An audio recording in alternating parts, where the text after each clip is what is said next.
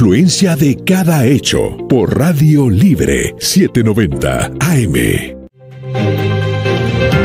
¿Qué tal, queridos amigos oyentes? Sean todos bienvenidos a este espacio informativo. Yo soy Lourdes Subieta. Esta próxima hora los voy a estar acompañando en este espacio de opinión, de entrevistas, de noticias y por supuesto la participación de todos ustedes, nuestros oyentes, a través de Americano Media. Recuerden que estamos allí en Radio Libre 790 AM, la señal en el sur de la Florida que retransmite todo el contenido de Americano Media. También en la aplicación, bájenla en sus teléfonos, en sus tabletas.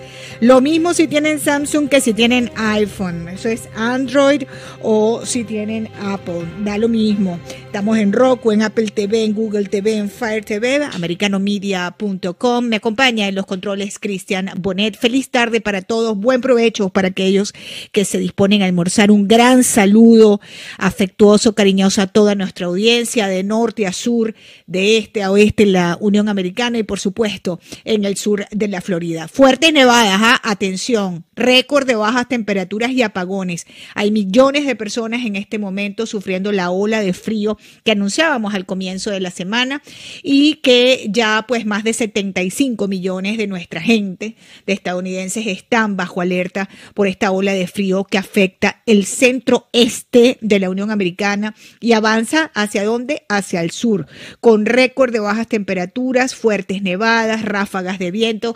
Por decirles algo, en Michigan miles de personas ya se han quedado sin suministro eléctrico por esta helada y bueno, el descenso de las temperaturas, para que estemos claros de lo que nos ha pasado en las últimas horas, pues han sucedido, han provocado una diferencia, por decirlo de alguna manera, de entre 15 a 30 grados por debajo del promedio para esta temporada.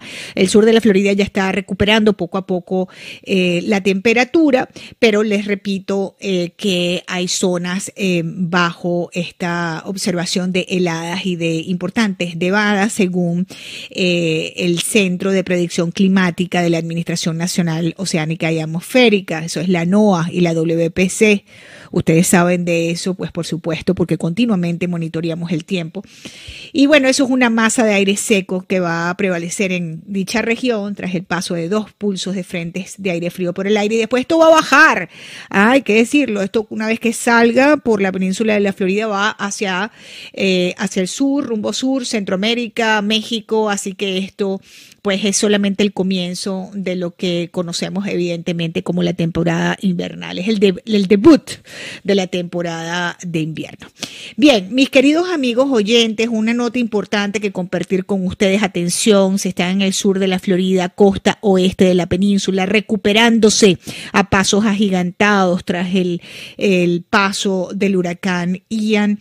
Las autoridades sanitarias, atención con los que están en la costa oeste o piensan viajar a la costa oeste. Tenemos un tema con una bacteria.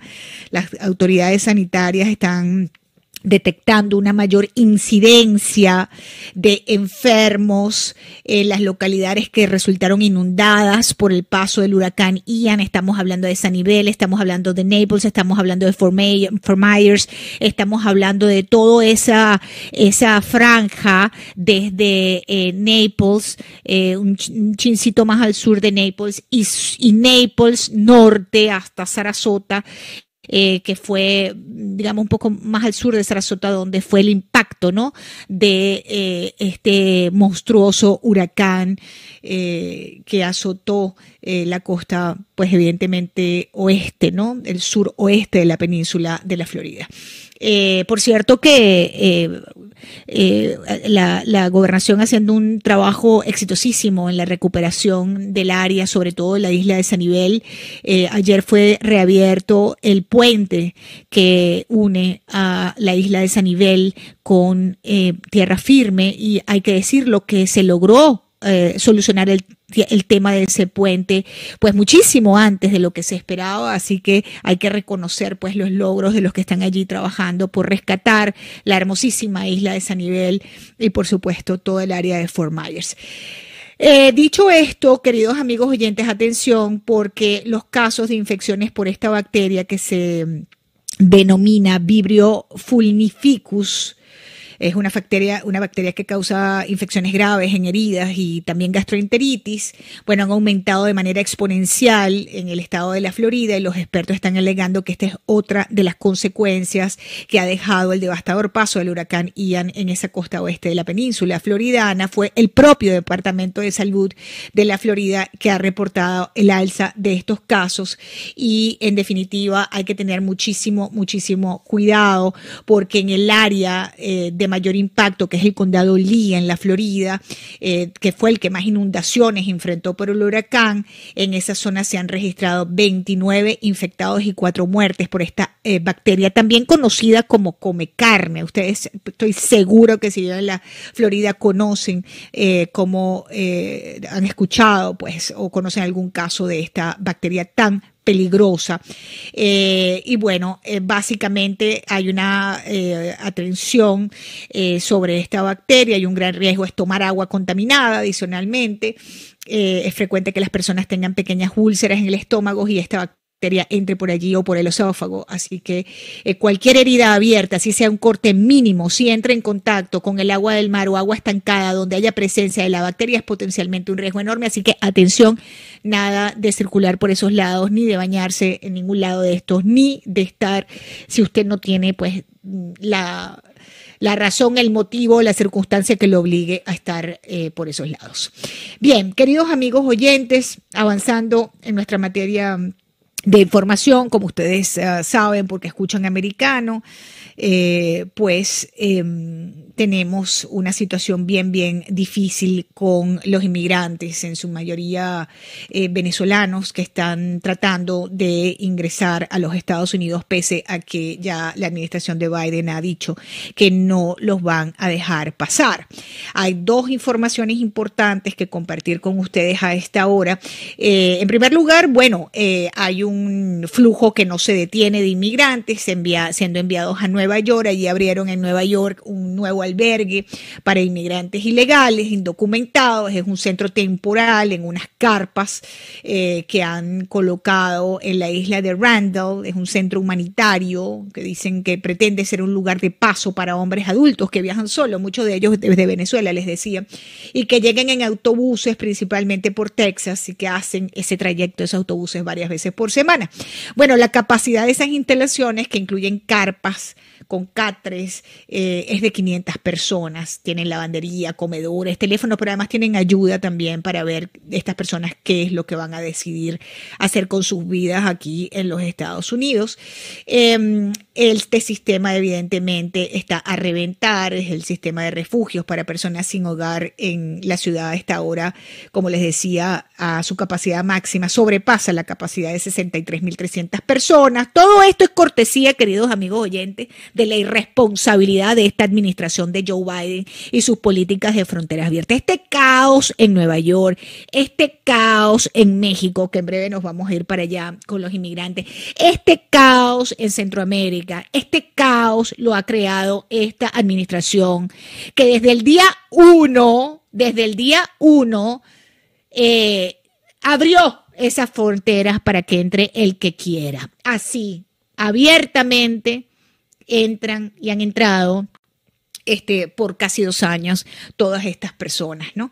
Y ahora, pues les ha estallado en la cara la situación. Dicen que el sistema está colapsado y bueno, esta participación de indocumentados es pues una situación que se está vinculando además a un mayor número de atracos. No lo dice Americano Media, lo dice el ICE. Escuchen ustedes esta información que es muy importante. Básicamente lo que está ocurriendo aquí es que algunos inmigrantes de Centro y Suramérica han llegado a Estados Unidos con la promesa de que les van a dar empleo, ayuda, seguro, etcétera, todo lo que les dicen que van a tener, pero terminan trabajando para bandas que saquean establecimientos, según el ICE. No lo dice Lourdes Subieta, no lo dice Americano, ¿ok? Para que estemos claros, organizaciones criminales dedicadas al robo masivo de negocios están reclutando a inmigrantes ilegales recién llegados que supuestamente participan en esa actividad ilícita para pagar las cuotas de los coyotes que los trajeron a este país. Eso lo informa un reporte que tengo aquí del Servicio de Inmigración y Aduanas, el ICE. Casos recientes revelan, y cito textualmente, que víctimas de América Central y del Sur son traficadas a Estados Unidos para ser miembros de grupos de ladrones organizados, advierte este informe reciente elaborado por la Oficina de Investigación de Seguridad Nacional. Eso es una dependencia del ICE y la Asociación de Especialistas. Los migrantes traficados roban hasta pagar sus cuotas de coyote y otras deudas. Al saldar las tarifas, algunos migrantes siguen trabajando para esos grupos, se quedan delinquiendo con esos grupos delictivos, robando artículos en tiendas de departamentos, negocios de todo el país, ya por un pago en efectivo, según el ICE, ¿ok? Estamos hablando de pérdidas de 70,000 millones de dólares. Esta participación de indocumentados es lo más nuevo en esta actividad criminal que sigue extendiéndose en este país. Las autoridades están alertando que esas bandas se han vuelto más descaradas, más violentas, y al ingresar a los establecimientos para llevarse aparatos electrónicos, ropa de diseñador, porque no es comida, ¿eh? Es aparatos electrónicos, ropa de diseñadores, zapatillas deportivas. Bueno, los atracos han venido a significar ya una pérdida de 70,000 millones de dólares en el 2019 y en ascenso. Me toca hacer una breve pausa. Al regreso nos vamos a México para saber qué está pasando con los venezolanos que están allí en México después de esta decisión de Biden de deportarlos. Bien, continuamos entonces en Americano Media. Yo soy Lourdes Ubieta. Les contaba antes del corte pues que el ICE nos está advirtiendo de que inmigrantes ilegales que han entrado en este país de manera irregular están sumándose a organizaciones criminales dedicadas al robo masivo de negocios, esos que entran que si en Target, que si en Walgreens, y ustedes ven que entran en masa a robar dentro de esas tiendas por departamentos. Bueno, según el ICE, nuevamente, no lo dice Americano, no lo dice Lourdes Ubieta, nosotros somos los mensajeros, nosotros mandamos el mensaje. Están denunciando que esta gente está dedicada al robo masivo de negocios, amparado por estas organizaciones criminales. Lo hacen tanto para pagarle a los coyotes como para después vivir de eso, de la delincuencia, ¿no? Del crimen. En México, queridos amigos oyentes, se están quedando muchos de esos inmigrantes que están devolviendo. Algunos no saben si quedarse allí, si regresarse en el caso de Venezuela a Venezuela o regresarse a sus países. Puntualmente los venezolanos dicen que, bueno, que luego de pasar la selva del Darién, que hay que verle la cara a eso. Solamente pensar en eso les da a ustedes la dimensión de este problema.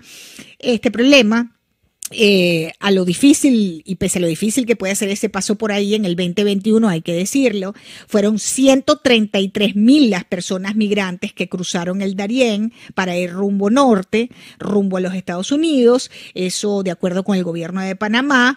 Entre enero y septiembre del 2022, 151,000 más han cruzado por esa zona, 107,723 fueron de origen venezolano. Eso lo dice el gobierno de Panamá. Pese a esta última decisión de la administración de Joe Biden de cerrar la frontera, de deportar a los venezolanos, de deportar a los venezolanos que ingresen ilegalmente, muchos siguen cruzando la selva y siguen caminando. De hecho, hay una caravana que se está organizando ahora en Honduras que va hacia los Estados Unidos de venezolanos, pues porque sí, porque yo voy a llegar, ¿no? Así, esa es la actitud, ¿no? No, ya yo crucé el Darién, yo voy para Estados Unidos. Bueno, ¿saben qué? Están todos quedándose varados en México. Y ahora México tiene una crisis tremenda también, porque, señores, hay cama para tanta gente. Carolina Amezquita es nuestra invitada a esta hora desde México, periodista. Qué bueno tenerte en el programa, Carolina. Bienvenida, te saluda Lourdes Ubieta. Hola, Lourdes, qué gusto saludarte. ¿Cómo estás? Bueno, pues muy bien, ansiosa de conversar contigo porque estoy viendo pues que los mexicanos, los venezolanos, exactamente, han decidido mucho pues quedarse allí en México. Tengo entendido que a muchos los están trasladando hacia la capital mexicana. ¿Qué nos puedes contar? Mira, lo que te puedo contar es que el problema inicia porque a partir del 1 de enero del 2022, México ha decidido solicitar visa a los ciudadanos venezolanos que lleguen a territorio nacional. Ante eso, obviamente, ahorita se encuentran varados en San Pedro Tanapatepec, que es una zona de Oaxaca, alrededor de entre 10,000 y 12,000 migrantes que están esperando sus permisos migratorios. Como tú bien sabes o lo has comentado hace un momento, el presidente Biden dio a conocer que iba a permitir la llegada de 24,000 personas originarias de Venezuela, siempre y cuando llegaran en avión, si no estoy mal. ¿Qué ha sucedido? Correcto. Que obviamente este problema de los venezolanos, como tú bien decías, no se suma a otros problemas que tenemos, como la caravana de Honduras, donde no solamente eran de Honduras, eran de El Salvador y de otros lugares de Centroamérica. ¿Qué está sucediendo?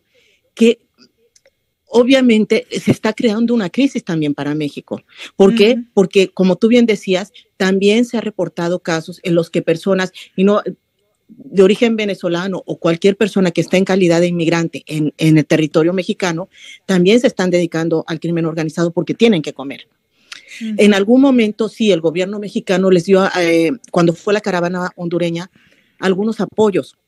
Pero esto también ha causado una especie de molestia a los mexicanos porque no hay apoyos para los ciudadanos, pero sí hay apoyo para las personas migrantes, porque en algunos casos sí se les ofreció todo, casa, comida, y está sucediendo lo mismo para los inmigrantes. Ahora, ¿qué te puedo decir? Esto que está sucediendo, pues ya tiene tiempo. Se reporta, tú dabas unos datos de Canadá, ahora yo te doy unos datos de México. De enero a agosto del 2022, se estima que aproximadamente 25,486 personas de origen venezolano ingresaron irregularmente a México. De ellas, 23,614 tienen algún estatus migratorio temporal o permanente. Entre octubre del 2021 y agosto del 2022, más de 150,000 migrantes venezolanos fueron detenidos en la frontera de México. Todo esto es información, datos de la Oficina de Aduanas y Protección Fronteriza de Estados Unidos. En lo que va del mes de agosto, la patrulla fronteriza registró aproximadamente 25,346 encuentros con venezolanos, lo cual cuadruplica estos eventos de este tipo comparados con el año pasado. ¿Qué está sucediendo? No sé si ayer se llevó a cabo una conversación entre Andrés Manuel López Obrador, el presidente mexicano, y el presidente de Estados Unidos, Joe Biden. Hubo una conversación y se supone que hablaron de los acuerdos que se iban a llevar a cabo con respecto a los migrantes. Sin embargo, sí ha llamado un poco la atención que el presidente mexicano no ha hecho ningún comentario al respecto. No ha dicho qué es lo que está sucediendo, porque al final es una crisis. Imagínate tener 10 y 12,000 personas varadas en territorio nacional, es una crisis, ¿no? Ahora, por otro lado, también Save the Children ha solicitado a Andrés Manuel López Obrador reconsiderar los acuerdos que se tienen con Estados Unidos, y lo cito: es necesario que el gobierno mexicano revise su política de cooperación con el gobierno estadounidense, ya que aceptar medidas de este tipo como parte de negociaciones internacionales puede poner en riesgo la seguridad humana de las personas en movilidad y derivar en crisis humanitaria. Esto lo dijo José Lugo, el coordinador de incidencia política para la protección de la niñez. Sin embargo, nosotros también ya tenemos una crisis. Son muchísimos las personas, te lo repito, no solamente de origen venezolano, también que han llegado de Honduras o de El Salvador, y que obviamente el país ya tiene sus propios problemas, ya tiene su propia crisis económica con sus mexicanos, y además tenerse que hacer responsables de más personas que llegan es un problema. Y por otro lado, los migrantes venezolanos obviamente acusan que hay corrupción, que hay gente que les quiere pedir dinero en México, o que se ha vuelto un tapón para ir a Estados Unidos. Pero ahí, pues, es el mismo problema que tienen ustedes en este momento. Correctamente. Es una crisis en toda la región. Esto sumando el hecho de los que en el intento también pierden la vida. Así es. Estaba leyendo unas cifras espantosas de los que se quedan en el camino cruzando ese horror denominado la selva del Darién, que yo todavía no entiendo por qué Panamá no evita que estas personas entren allí en esa inhóspita selva que separa Colombia de Panamá. No entiendo por qué permiten ese tránsito humano por allí. Pero bien, el hecho es que en el caso mexicano, como nos explica nuestra compañera Mezquita, Carolina, desde México, aunque el número exacto es imposible de saber, precisamente por el estatus irregular de la mayoría, hay miles de personas provenientes de Venezuela y de otros países que están atascadas en México, ¿no? Y bueno, la verdad, uno dice que irá a pasar con esta gente. Hoy escuchaba que el gobierno de Panamá está permitiendo que los venezolanos que entraron por el Darién puedan regresar a su país vía aérea, montarlos en un avión e irse. Pero también escuché, Carolina, que muchos venezolanos están yendo a la embajada de Venezuela en México para que los devuelvan a Venezuela. ¿Tú tienes información de eso? Así es, justamente, mira, pero eso sucede con los que han llegado al territorio nacional, es decir, que están en la Ciudad de México, donde se encuentra obviamente la embajada, pero de los 10,000, entre 10,000 y 12,000 migrantes, que es lo que reportan las autoridades, ellos se encuentran en la frontera del sur, es decir, en el estado de Oaxaca, que no es lo mismo, no han podido ingresar al territorio nacional, están varados ahí, porque si ingresan al territorio nacional, automáticamente pueden tener un camino hacia Estados Unidos, y es parte de los acuerdos que tiene Andrés Manuel López Obrador con Joe Biden. Efectivamente, y también hay otros que han pedido que se les regrese a su país. Pero ellos están varados, los que estamos hablando, que es la parte de la crisis, están varados ahí. ¿Qué es lo que reportan las autoridades? Que en este momento ya empezaron a colapsar simplemente en esa zona del país, en Oaxaca, los servicios básicos de la recolección de basuras. Nada más, es uno de otros problemas que están viniendo. Entonces, en este caso, sí, efectivamente, los que pueden llegar a las ciudades donde existen realmente consulados o la embajada de Venezuela, están solicitando eso, pero los que están varados tendrían que regresarse por la misma ruta, que es por tierra. Correctamente. Me queda un minuto. No, exacto. Y ahí en la frontera con Guatemala tenemos otra situación adicional. Me queda un minuto. También grave que van, ¿no? La intención es entrar a los Estados Unidos, pero tienen que cruzar México, evidentemente, que también vienen de otros países de Centroamérica y de Cuba, que hay que decirlo también. Muchos cubanos están allí varados. Tenemos entendido también que por la misma crisis que estamos viviendo en Haití, hay muchos haitianos. Y bueno, esto es una situación que verdaderamente no sabemos cómo se va a detener. Se me acaba el tiempo. Carolina Mezquita, gracias por acompañarme. Déjenme hacer una breve pausa, mis queridos. Gracias, Carolina, como siempre, un placer. Adivinen qué, nuevo caso de fraude electoral. Distrito 7 de Arizona. Al regreso nos dan detalles. Ya hay una alcaldesa presa por lo que se llama voting harvest. Así que ya regresamos. Gracias, queridos oyentes, por continuar en sintonía de Americano Media, conectados con nosotros a través de nuestra aplicación. Bájenla en sus teléfonos, en sus tabletas. Estamos allí. Lo mismo si ustedes tienen un Samsung, si tienen un iPhone, es decir, Android, Apple, el que ustedes prefieran, ahí nos encuentran en sus televisores, Roku, Apple TV, Google TV, Fire TV, americanomedia.com. No hay razón, motivo, circunstancia por la que ustedes y nosotros no estemos conectados. Continúan los tramposos, queridos amigos oyentes, los tramposos electorales, los malos perdedores, la mano peluda. Continúa, no en nuestro país, en la región, no, aquí en Estados Unidos, nuevo caso de trampa en Arizona.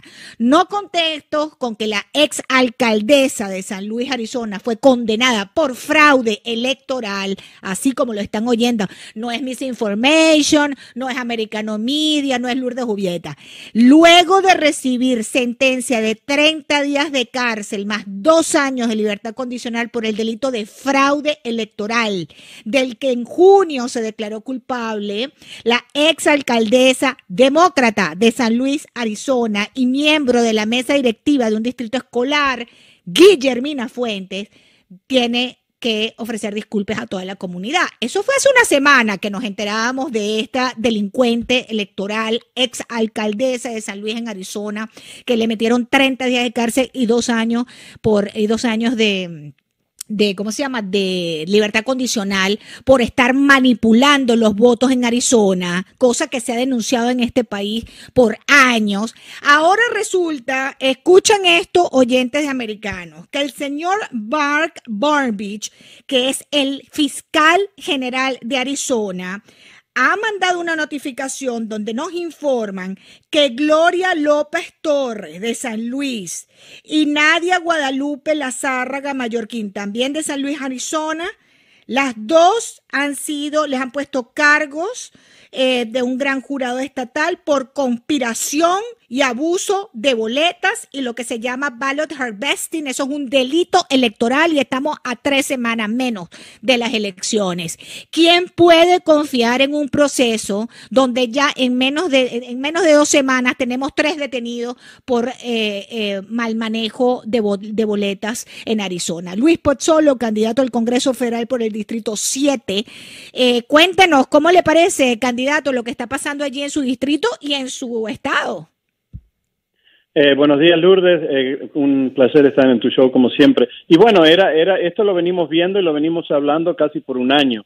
Lamentablemente, el Partido Republicano en Arizona, que tiene la mayoría en la Cámara de Diputados y Senadores y tiene el gobernador, no hizo nada para poder controlar este sistema electoral que está fuera de control. El tema de que tú estás hablando, lo que nosotros llamamos los cazavotos, toda esa gente que va a la cárcel, y los que faltan todavía, porque creo que hay más de 10 más que vienen en camino en las próximas semanas, no es novedad para nosotros. Nosotros sabemos que hay una organización muy, muy grande en nuestro distrito que ha hecho esta casa de votos por más de 20 años. Hay gente que viene trabajando en esto por más de 20 años, como es David Lara, un amigo personal que ha estado trabajando en esto. Ahora, ayer hablamos con el sheriff y le presentamos un caso al sheriff de Nogales, Arizona, que es otro condado, el condado de Santa Cruz, donde tenemos una grabación de un programa de radio donde una señora describe cómo ella ayudó a hacer el ballot harvesting a la esposa y al actual mayor de Nogales, el señor Garino. Presentamos la denuncia al fiscal general, presentamos la denuncia con el departamento del sheriff en Nogales yesterday, y seguimos trabajando, pero como dices tú, estamos a 3 semanas de las elecciones y no ha habido solución real para este problema. Eso es lo que nosotros conocemos en el sur de la Florida, candidato Luis Pozzolo, como las boleteras. Aquí hemos tenido escándalos tremendos con el tema de las boletas. Un poco el procedimiento es el rellenado de boletas, ¿correcto, candidato? Exactamente, es exactamente lo que ellos hacen. Tienen una red de gente que cuando las boletas son mandadas por correo, van y las levantan. Ahora, muy importante que la gente entienda que estas 2 personas, una en la cárcel y la otra acusada por delitos, son el equipo del congresista Raúl Grijalva en Yuma. Uh-huh. Esta gente ha trabajado con el congresista Raúl Grijalva, contra al quien yo estoy corriendo, por los 20 años que Raúl Grijalva ha estado en el poder. Esto es una máquina bien organizada y todo apunta a que el señor Grijalva, porque acá no hay ningún republicano, ni ningún libertario, ni ningún independiente haciendo esto. Son toda gente del Partido Demócrata.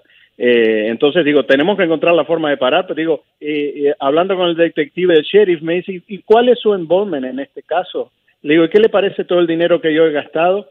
Toda la gente que ha donado para mi campaña, estoy corriendo para una posición federal y usted me pregunta cómo me involucro yo. Digo, quiero elecciones limpias. ¿Para qué voy a correr? ¿Para qué voy a gastar mi tiempo? ¿Para qué voy a gastar mi dinero si sé que la elección puede ser robada y no hay seguridad en el sistema electoral? Pero además, ese comentario viniendo desde la fuerza de seguridad y el orden, y que se supone que garanticen la limpieza, ¿no?, de un proceso, está de más. ¿Cómo que por qué? Porque queremos unas elecciones limpias, transparentes, ¿no?, en todo el país. No queremos que hayan dudas sobre resultados electorales. Y esto que estamos viendo, que el fiscal general de Arizona acaba de ponerle cargos a 2 personas más por delitos electorales, de fraude electoral en Arizona, caramba, es más, el alimento para aquellos que cuestionan los procesos, la transparencia en los procesos electorales en los Estados Unidos, candidato. No, por supuesto. Yo te digo honestamente, yo no soy político, soy un empresario. Me involucré en la política hace un año cuando decidí correr al Congreso, y al principio era muy escéptico de hablar del tema del fraude electoral, hasta que realmente empecé a ver videos, a ver pruebas. Se me presentaron tantos casos que es imposible no hablar del problema. Es imposible decir, bueno, esto no existe.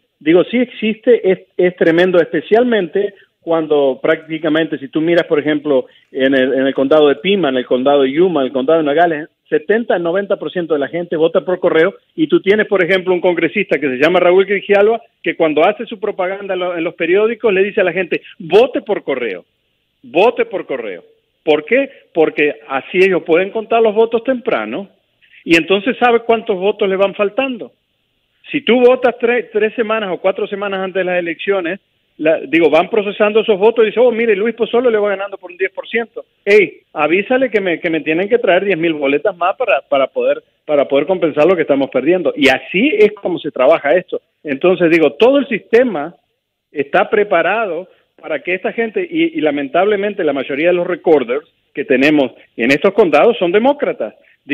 La señora Katie Hobbs, que está corriendo a gobernadora, es la secretaria de Estado. ¿Cómo secretario de Estado? ¿Cómo puede ser ella ser un candidato corriendo a gobernador y estar controlando las elecciones?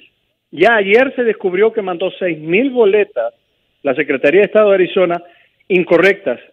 Y hay gente que ha recibido 3, 4, ayer estuve en Nogales, 3, 4 ballots en la casa, una persona que ni siquiera está registrada para votar por correo. En mi caso, yo tampoco estoy registrado para votar en correo, yo voto en persona, y a mí me llega una boleta de mi esposa también. ¿Puedo votar 2 veces? ¿Qué es lo que pasa? Qué interesante lo que nos está contando. Es Luis Pozzolo, candidato al Congreso Federal por el Distrito 7 de Arizona. La información, el fiscal general del estado le ha puesto cargo a 2 personas adicionales luego de que ya veíamos a la exalcaldesa de San Luis, Arizona, presa por lo mismo, por fraude electoral. Ahora el fiscal Mark Bromwich le ha colocado cargos, ha puesto cargos a 2 personas más por los mismos delitos electorales. ¿Qué le dicen las autoridades, candidato Luis Pozzolo? Y las autoridades van a investigar, es lo que te van a decir siempre. Yo creo que lo más importante de esto es poder hacerlo público, que la gente sepa que los que están haciendo este proceso ilícito entiendan que es una felonía. Vimos el caso de Guillermina Fuentes donde el juez y el fiscal le dice, usted va a la cárcel porque es una criminal y porque no entiende que es una criminal, y después sale la hija defendiéndola y diciendo, no, mi madre no hizo nada malo. Sí hiciste. La ley dice que es una felonía el ballot harvesting, y tu madre ha hecho ballot harvesting toda la vida. Todos sabemos que son parte de una maquinaria, y como te dije, vienen más de 10 indictments más, de 10 acusaciones más, de 10 gente que va a terminar en la cárcel, y los que están haciendo este proceso tienen que empezar a entender que lo que están haciendo es un crimen y van a terminar en la cárcel. Y no solamente eso, que tenemos toda la información de ellos, tenemos los text messages, tenemos los emails, hay más de 15,000 emails, text messages que salieron de la tableta de Gloria Torres, una de las personas que fue acusada ayer, porque ella, como es City Council, presentó su tableta a la oficina de IT de la ciudad porque tenía problemas con la tableta. ¿Qué descubrieron? Que toda la documentación del ballot harvesting que ella hacía estaba en su tableta. Y ahora confiscaron su tableta, confiscaron su teléfono, y hay miles. Bueno, candidato, manténganos, seguimos por supuesto este caso y nosotros molestándole a usted a cada momento para desarrollar esto, porque lo que queremos es que haya transparencia, ¿verdad? Que la gente tenga la seguridad en este país de que su voto cuenta y de que hay un funcionario electo, verdaderamente electo y no manipulado por estas hordas de delincuentes electorales. Gracias, Luis Pozzolo. Hacemos una pausa. Regreso con Cuba. La cosa está caliente en Americano. Continuamos, queridos amigos oyentes, gracias por estar en sintonía de Radio Libre 790 AM, retransmitiendo la señal de Americano Media. Recuerden que estamos en nuestra app, bájenla, Android, Apple, en sus televisores, Roku, Apple TV, Google TV, Fire TV, americanomedia.com. Yo soy Lourdes Jubieta, Cristian Bonet en los controles, y tengo un invitado muy especial. Es que no podía ser otro. Ustedes saben que en los últimos días la administración de Joe Biden determinó enviar $2 millones en ayuda a a Cuba tras el paso de este huracán que luego pasó por aquí. Ya ustedes saben lo que hizo. Bueno, el exilio cubano está pidiéndole a Biden que envíe ayuda al pueblo, no al régimen comunista de La Habana. Hoy sabemos que el 72% de los cubanos viven por debajo del umbral de la pobreza. Esto lo determinó un informe presentado por el Observatorio Cubano de Derechos Humanos. 72% de la población de la isla vive por debajo del umbral de la pobreza. Después de 63 años de régimen criminal en La Habana, que les prometió todo lo contrario, cuando la revolución, entre comillas, cubana era la revolución de los pobres, sí, la que ha multiplicado a los pobres, que tras 63 años el legado de esta dictadura criminal, asesina y violatoria de todos los derechos humanos, es que el 72% de la población vive por debajo del umbral de la pobreza. Dicho esto, queridos amigos oyentes, dicho esto, mi invitado, que es Orlando Gutiérrez Boronat, una figura ampliamente conocida, un líder del exilio cubano, miembro de la Asamblea de la Resistencia, pues presentó en un medio muy conocido, en Político, basado en Washington, un anuncio de página completa pagado por el exilio cubano que exhorta a la administración de Biden a no enviar ayuda humanitaria al pueblo cubano por vía de la tiranía comunista que impera en la isla. Orlando Gutiérrez Boronat, bienvenido a Americano. Qué bueno tenerte por aquí, Gracias, Lourdes, por estar en este programa que tanta audiencia tiene y gracias por tenerme como invitado. Bueno, este anuncio que llega a miles de personas influyentes y de lectores importantísimo en la Unión Americana, ¿cuál es su objetivo, Orlando?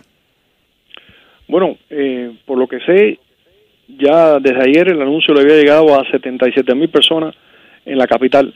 Político es una revista muy importante porque es una de las revistas que leen todos los que están involucrados en la política en la capital, así que por esa razón escogimos esa revista, porque es una revista muy influyente.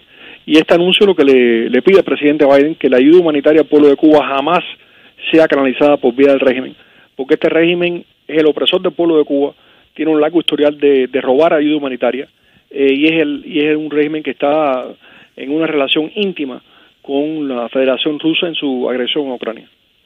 Y es importantísimo subrayar el tema de que este régimen criminal de La Habana constantemente se ha robado la ayuda humanitaria, Orlando. Tenemos muchísimos a través de los años, no sé cuántas recogidas hemos hecho del exilio, que se roban el 40-50% de lo que se le da a Cáritas, o no quieren dejar entrar la ayuda, o la ayuda la acaban vendiendo al pueblo cubano en las mismas diplotiendas, o la mandan a otro país. Es terrible.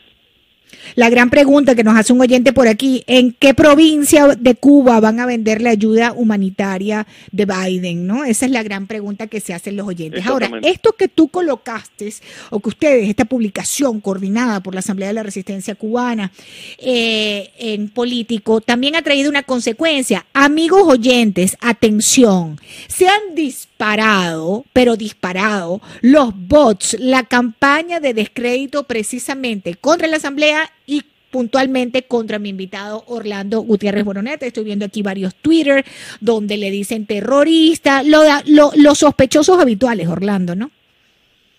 Sí, quiero decir lo siguiente, si la campaña es masiva, están sacando Twitter en contra de los congresistas, en contra de varios influencers, incluyendo Alex Otaola, y en contra de mí específicamente.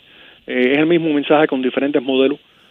Para aparentar de que es una campaña orgánica, no lo es. Ya nosotros vamos a presentar próximamente la evidencia de por qué no es una campaña orgánica, sino dirigida desde La Habana. Pensamos que es en respuesta al anuncio que se hizo ayer, porque es una revista muy importante donde se publicó y atrae mucho la atención de la prensa y del público. También quiero decir lo siguiente sobre esto, no solamente fue la Asamblea, sino que agradecemos públicamente el apoyo de la Fundación de la Familia Bacardí y también de varios otros empresarios cubanos anónimos que nos ayudaron a publicar este anuncio. Claro, porque esto se dice fácil, pero eso tiene unos costos importantes, queridos amigos oyentes, poder publicar un anuncio de esta magnitud, ¿no? En un medio como ese. Bien, Orlando, próximo día 25, vas a estar presentando un nuevo libro, La Doctrina Cuba, la Doctrina de la Mentira.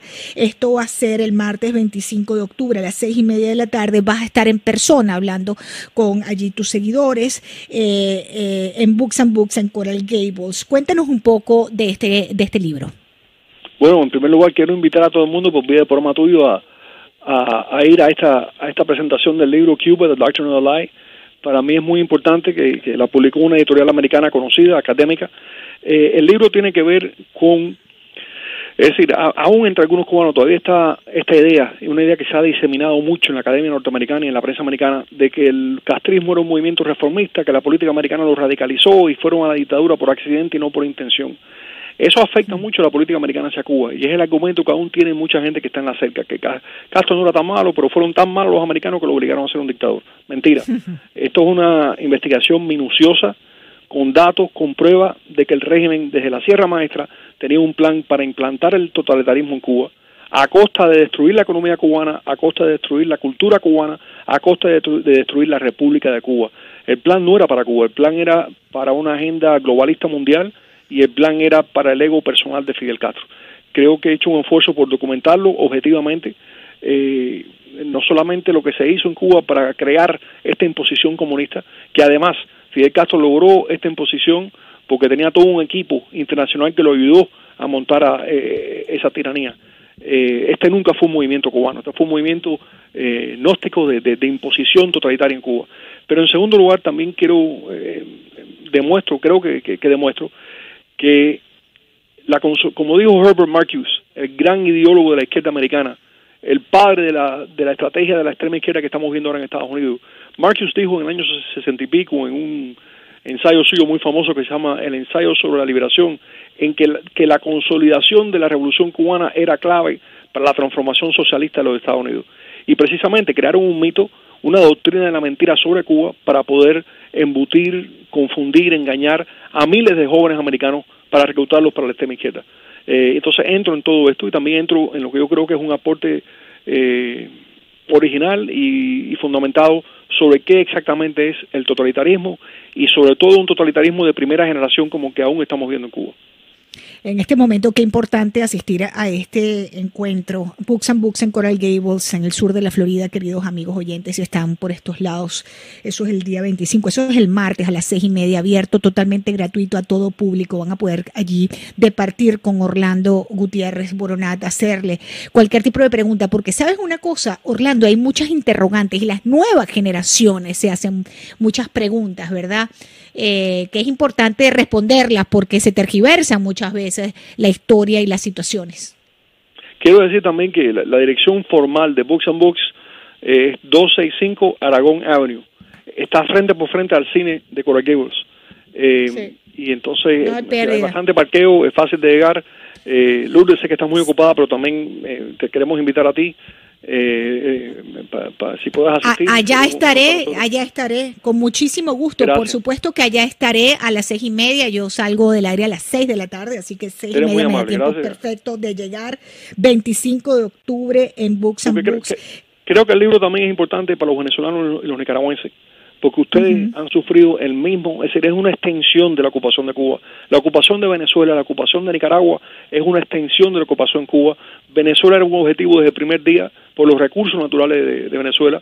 Rómulo Betancourt se dio cuenta de eso inmediatamente y no cayó en la trampa de Fidel Castro, se lo opuso. Pero lamentablemente con el tiempo, mira lo que ha pasado con Venezuela y lo que pasó en Nicaragua. El Frente Sandinista es un engendro de la tiranía castrocomunista. Esa es una secta diabólica totalitaria que se creó como parte de este plan. Orlando, te quito un minuto más, que es lo que me queda de programa. 72% de los cubanos bajo el umbral de la pobreza después de 63 años de revolución. ¿Qué me dices de eso? No, y vamos a ver cuáles eran las estadísticas de Cuba en 59, dónde estaba nuestro país. La clase media más extendida, más grande de América Latina, las principales reservas de oro, una tasa comercial siempre positiva a favor nuestro en el intercambio con Estados Unidos, una economía floreciente en todo sentido de la palabra, una base económica que se estaba diversificando rápidamente. El objetivo de esta gente era destruir la economía cubana para poder controlar a los cubanos. destruir la agricultura cubana para controlar las ciudades cubanas. Y creo que en el libro demostramos cómo se hizo y por qué se hizo y cuál fue el plan que nos afecta hasta estos días. Pues entonces la cita, 25 de octubre en Books and Books en Coral Gables, con nuestro invitado, queridos amigos oyentes, Orlando Gutiérrez Boronat, va a estar presentando allí su libro y hay un conversatorio con él. Así que bueno, están todos invitados. Orlando, gracias por acompañarme como siempre, miembro de la Asamblea de la Resistencia Cubana. Gracias por estar con nosotros. Ok, gracias a ti. Gracias. Bien, y ahí está la campaña de destrucción contra todos ellos, congresistas, influencers, todos los cubanos de la oposición democrática cubana siendo sometidos por bots, estas campañas orquestadas desde La Habana, desde distintos países. Gracias, queridos amigos oyentes. Feliz tarde.